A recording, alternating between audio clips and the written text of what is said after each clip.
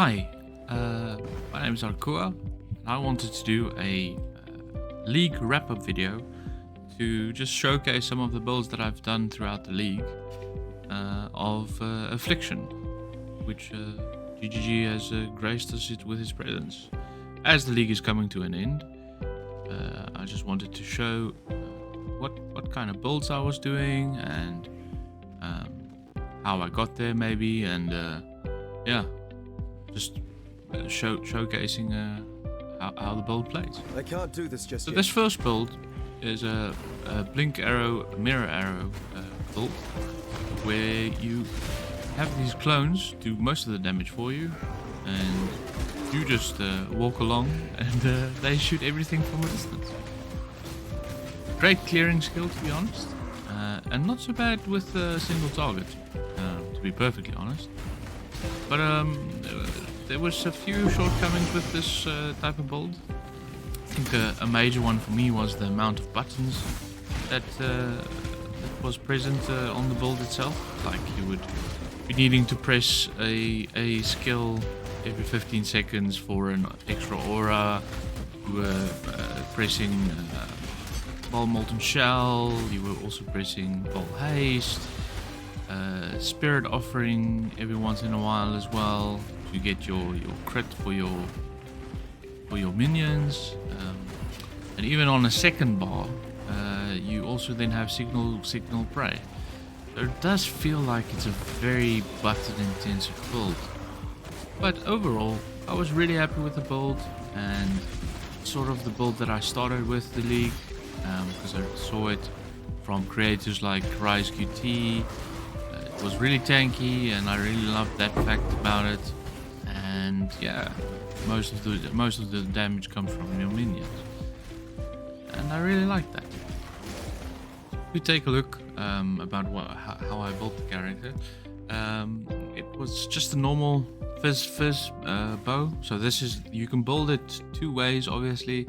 One is a elemental version and one is a physical version. I think if I ever played this type of build again in the future, I would do the elemental version and go for, say, like an Inquisitor, because the physical version, although it might be a bit more tanky, I do like the ease of crafting the elemental bows rather than the physical bows, because the physical bows can be quite expensive to craft at the start of a league.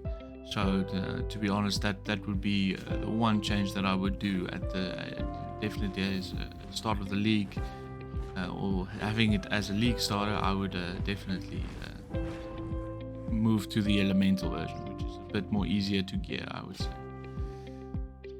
And yeah, the rest of the gear isn't that surprising or weird.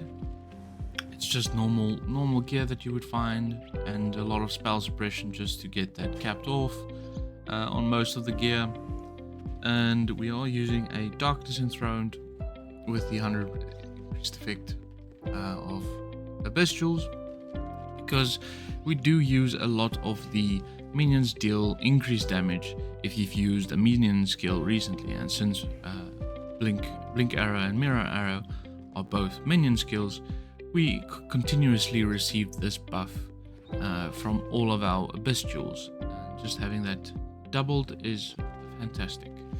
We're also using a Devouring Diadem as another legendary, and this is just to get us some reservation efficiency. Like I said, this build does use quite a bit, few buttons, so having the extra reservation efficiency just does help a lot. We're using also a Jinx Juju with Allocate Spiritual Command. I'll give you a look at the skill tree just in a second. And what this does, it gives you the increased effect of non-curse auras from your skills, and 10% damage from hits taken from your Spectre's life before your own. Affliction gave us quite a number of great and fantastic skills to use with the new Ascendancy, but as well they added some new corpses that you could get which you'll probably see is we are currently using the turtle.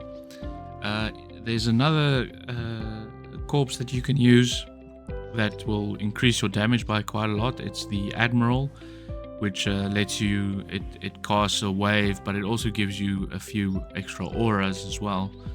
So this, the turtle gives you a determination aura, which is fantastic. That just frees up a lot of reservation efficiency that we don't necessarily need. And it just makes your build way more tanky overall, I would say. So looking at the skill tree, we were a champion, and I was trying the champion version, which was more of the first-based type of build. So we are using Master of Metal, so all our hits inflict impale, and for each impale it gets added physical damage. Obviously we use the unstoppable hero with fortitude, so that we always have fortification on our character. We also have a Kingmaker on our Ancient Guardian, which gives fortification to all of our minions. So all of our minions also have a fortification on at all times, pretty much. So now after that, the basis of the build itself is to increase your skill effect duration to a good amount, and there you do that through exceptional performance, potency of will. That should be enough to give you like a 40-second clone duration on your characters. We are using a Glorious Vanity of Subakwa, so therefore we are trying to increase our chaos resistance cap to 80%. It's just a good quality of life to be chaos res capped in this league, especially because Affliction League did introduce a lot of monsters which do some really heavy chaos damage. So just to have that capped and a bit overcapped is always great for the builds in this league, for instance. The rest of the tree is pretty much straightforward. You can see that there are some slots that are missing. I am missing some of the minion increased damage jewels with minion skills recently, and those will just be filled out and used eventually as well. And I think the most important part of the tree to see is probably the masteries. This one is quite the most important part is the cooldown recovery rate of the blink arrow itself. That therefore you can always spam your blink arrow and always have a minion out, because the buff that gets created only lasts for 4 to 5 seconds. And yes, it's always great to have a new minion out because it increases your damage as well. We have the 12% mana reservation efficiency on the skill duration. We have more skill effect duration, which just increases our minion duration. We then have attacks overwhelm, 20% physical damage reduction. Auras from your skills have 10% increased effect on you, as well as the increased effect of offerings, which I already said, the Spirit Offering is to increase our critical strike chance of our minions, as well as the crit multi of our minions, which helps quite a lot. The Anoint that we went with was Spiritual Command. It gives us a flat attack speed increase and cast speed for us ourselves while we are moving about and casting all our things. Another thing about the build that I really liked was the fact that I put on left click the Convocation skill. Therefore I can keep summoning the turtle, because as you see it's quite a slow moving unit. So keeping that turtle near you is obviously to your benefit, so that you keep getting the determination order. You will see that sometimes it's I just go out of range and I don't have the buff, which is quite detrimental to your survivability. So just keep that in mind when you are moving about with this type of skill and that spectre, that you always want to be resummoning it to keep close to you and your minions, because that gives you a great buff to your survivability.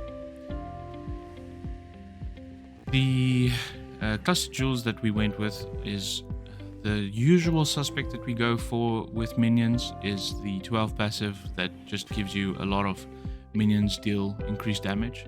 I would say the best one to get on the small passives that also grant is the minions have 3% increased attack and cast speed.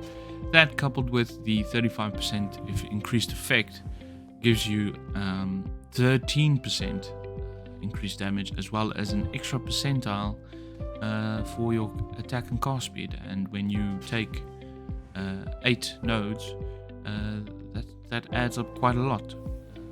So it's 8% extra attack and cast speed over all these nodes that you take. So it does give you a great increase in what you use. So yeah, but that is it for now for this build. Let's go on to the next one.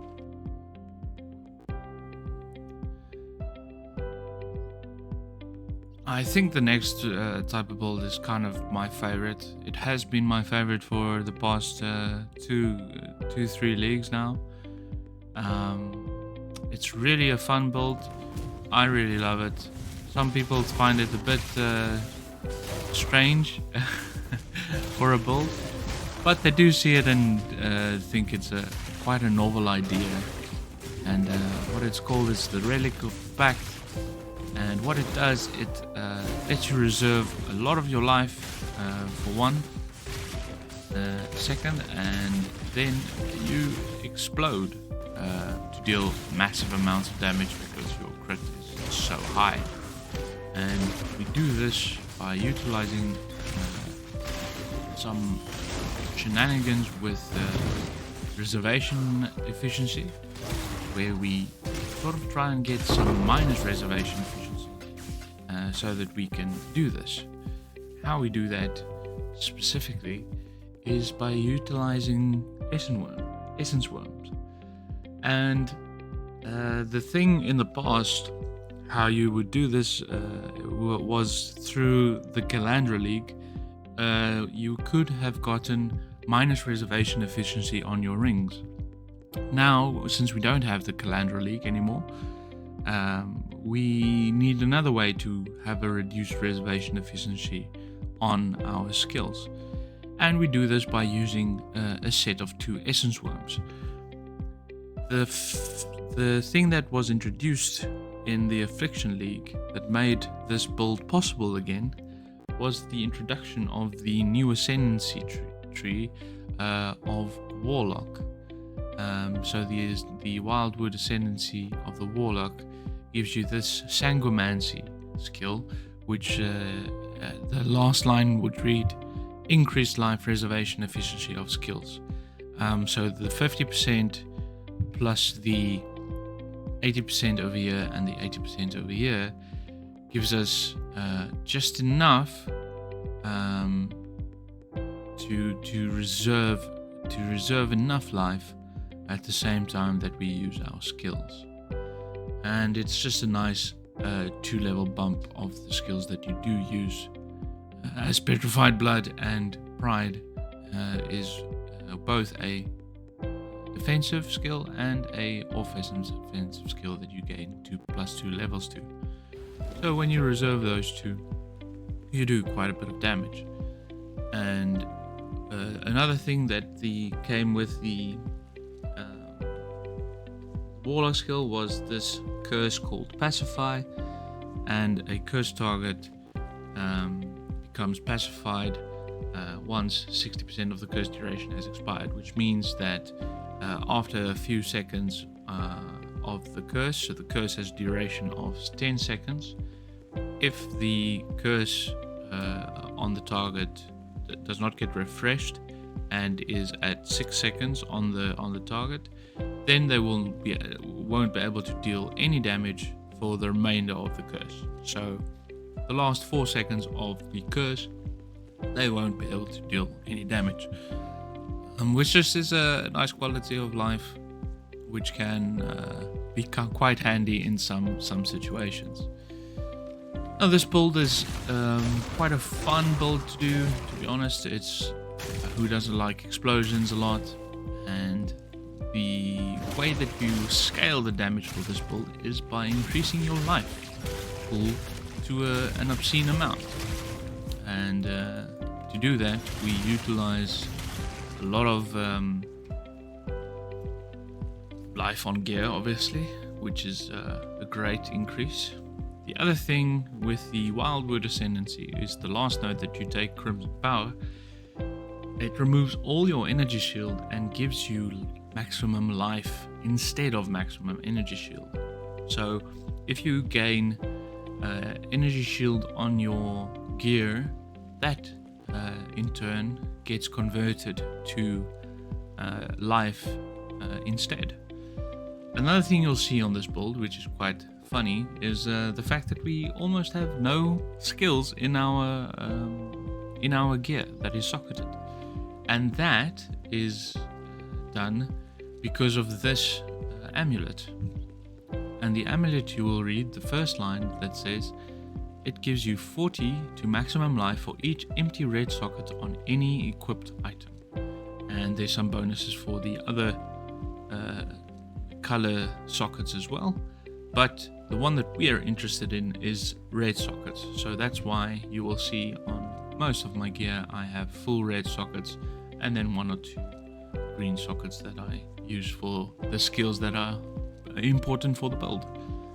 So each of these empty sockets give us 40 to maximum life, and therefore it makes the build quite easy to scale life with, as you do kind of travel around the tree quite a lot to get to a lot of sockets, and in those sockets then you try to get maximum life and any quality of life that can help you mitigate other damages. Because if you can see, like you just saw on the tree, we are using a dissolution of the flesh, which means that if you take any damage, you start to reserve some life. And how that looks like, I can show you. Let's have a look quick. Is you'll see that once I get attacked, my life gets reserved for a few seconds, and then if I do not get attacked, then it gets removed. So the whole point of the build is to kill them before they kill you, basically. That's one thing with the build which is quite annoying, is if you reserve more life than the skill can reserve, the Blood Sacrament, then you won't be able to use the skill. So you have to run around for a few seconds trying to avoid some damage, and then it resets, and then you can use the skill again. So the name of the game is generally to kill everything first, and then yes, before it kills you. Other ways we are scaling damage is with the Wrathpith Clothes. If we are sacrificing life, we might as well use the life to our advantage. So the Wrathpith Globe gives us a critical strike chance and spell damage per 100 player maximum life. So 18,000 life. It gives you quite a lot of spell damage and critical strike chance. Are we crit capped? Not yet, but it does give you quite a lot, and when you do crit, it crits for a lot. We are using a Progenesis Flask just to make the life loss a lot less, and that just makes the build feel a lot safer to play, as you don't die quite as often. There is a small amount of chance that if a monster triggers a skill in a very certain type of window, just as I'm reserving all the life, that they do have a chance to one-shot you. So one-shots on this build can happen, because you'll see that I reserve about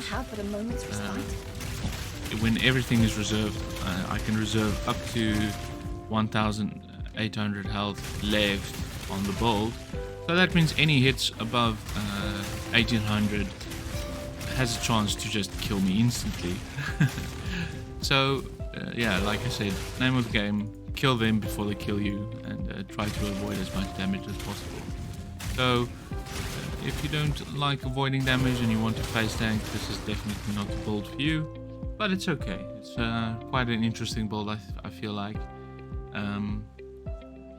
The way you build it up is through Scion and using their Ascendancy as well, getting the Saboteur for the increased area effect and cooldown recovery rate, and then you can choose to go the Ranger Ascendancy through Pathfinder, so that you get the increased flask usage out of it, because that lets you become, it makes you immune to bleeding firstly, and it gives you a lot of flask charges, and just using that for the Progenesis flask is amazing, as that gives you chaos resistance. Like I said, this league is quite heavy on chaos damage, and having the extra flask charges is a great quality of life.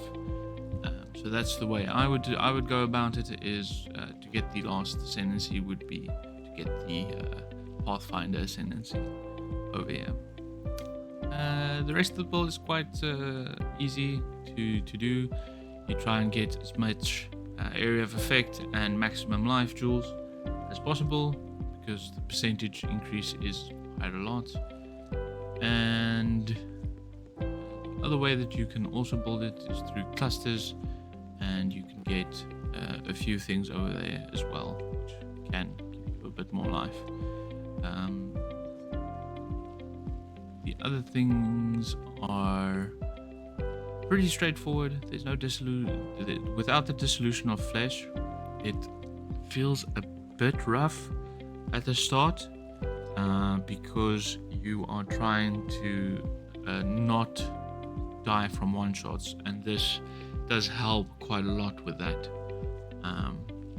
And yeah, the rest of the gear is quite easy to obtain. Like I said, it's nothing weird, wonderful. It's just high maximum life and high energy shield, and that's pretty much what you're trying to go for.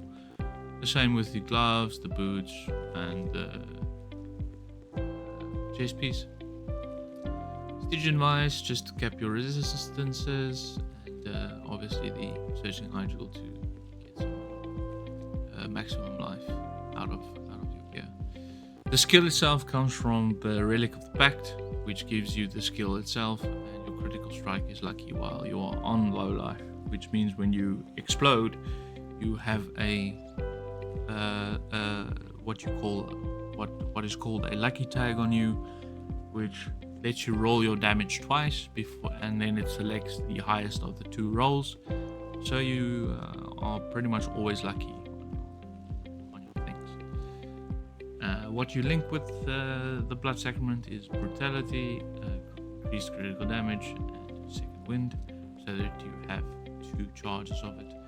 There is a cooldown associated with it, even though it's very fast. Can I not have but a moment's respite? Can expand the skill very fast. I wouldn't recommend holding down the button, and that's a little bit slower than actually pressing the button yourself. So it's quite nice as a build itself. And that's it for this build. Let's go on to the next one.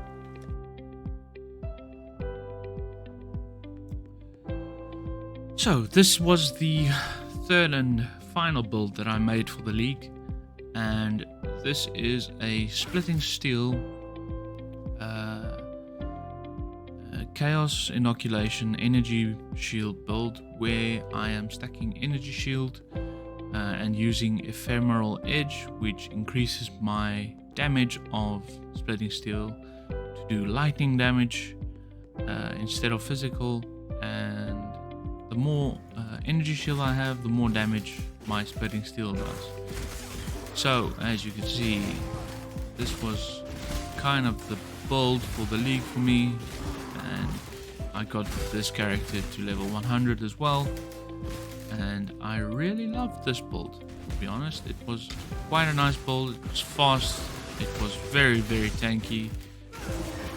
There was no problems with any of the league mechanics at all that I did throughout the league, and bossing on this character was an absolute breeze, I must say, which I did love doing on this character, as this was kind of the first league that I actually tried to go for level 100 and also kill all of the bosses in the game, including the Uber bosses. So how this build works is you try and scale as much energy shield on the character itself, and if you read the ephemeral edge at the very last line, it says attacks with this weapon have added maximum lightning damage equal to 20% of the player's maximum energy shield. So it sounds like it's not a lot, but it adds up quite a lot, as the tooltip damage for splitting steel is 125,000 damage per second. So it does quite a lot. This character started out as a normal character in terms of trying to get flasks, trying to get all the skills to level 20 and beyond, trying to get the awakened gems as well, and then eventually getting the mage blood, which increases the survivability and DPS of the build exponentially, and then trying to kill everything else in the game. So that was kind of the idea. Is the first two characters were kind of the farming mechanics, was farming mechanics for me, and this build was trying to clear the game at the very end of the league. This league also provided a lot of people with the opportunity to be able to afford a mage blood, as the prices of mage blood kind of plummeted throughout the league, because this league introduced a lot of magic find into the game. So a lot of people did a lot of magic find shenanigans, and it increased the drop rate throughout the game by a lot. So people were dropping mage bloods and headhunters left and right, and that just made this league kind of the league to be playing a mage blood build. So that just made it very easy. So if we take a look at the skill tree over here, I am a Trickster, and with a Trickster you kind of want to take the one step ahead, which increases your action speed by a lot, and the nearby enemy monsters action speed is reduced. It's quite nice to have. Then we take Polymath, which increases damage and life recovery rate and energy shield recovery rate for each different type of mastery that we have, which is also nice. And then we take Escape Artist and Soul Drinker, because we are energy based and we try to be leashing all the time with energy shield. And you'll see at the very end, Soul Drinker, it says energy shield leech effects are not removed while energy shield is filled. So you are always leashing energy shield, and that gets increased by quite a lot. For our Wildwood Ascendancy, we chose to go with the Hunter, and we did the Magi, because the Magi gives you what we call tinctures in the Affliction League, and this just gave you this thing that causes the tinctures. The flask next to your tincture have 3 charges when you hit an enemy with a weapon, as well as it gives you 30% increased effect when you use the tincture recently, as well as when you hit with a weapon recently.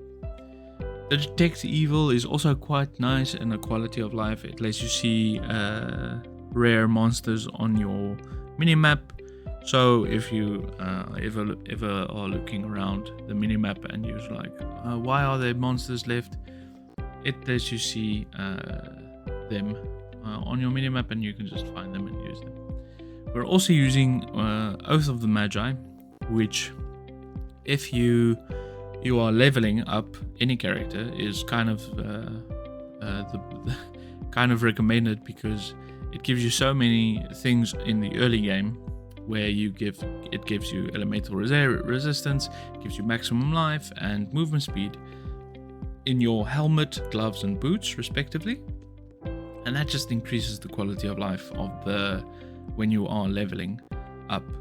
But the one that we're interested in for this build is the defenses from the equipped body armor are doubled if it has no sockets. So you'll see on my character that my chest piece has no socketed skills within them, and that means that the evasion rating and energy shield on this chest piece gets doubled. So in effect, that means that the evasion rating total is about 3,700, and the energy shield is about 760. So it is quite a lot of increases that you do get from this node. Unfortunately, this is obviously going away with the end of Affliction, so there needs to be another way to be able to scale the damage of this build. Overall, this build was quite fun to put together, I must say. It is based on the Steel Mage version, and I did take some other skills which just gave me a bit of quality of life. We didn't have the exact same type of gear, so I did take some creative liberty in just making the build fit to what I needed. For instance, I took the Instinct as my anoint just to get my spell suppression to 100%. And it's just a good quality of life for recovering energy shield when you do suppress, because you're always suppressing if there are spell damage things coming at you. The other thing with this build is you are using a Watcher's Eye and you are using a Melding of the Flesh. This increases your maximum elemental resistances. It reduces your maximum elemental resistances, but it's only then capped by your highest one. So what we do to mitigate the -4 to all res is we try to get it on our implicits, using Eldritch implicits. So +1 to maximum all res. You can always also get the increase maximum resistance for cold or fire or lightning. But what we are trying to do is we are trying to max out our cold resistance as we are utilizing a Purity of Ice, and this gives us 4% additional maximum cold resistance. So we are currently have 83% maximum resistances for all our resistances. So you get that on your shield. You can see here this one gives us quite a lot. It gives us maximum resistance as well as cold resistance. Trying to put the build together was quite a lot of fun. And so if we do not use the chest piece sockets for our main skill, how do we get that? Well, we do that through using the Hungry Loop.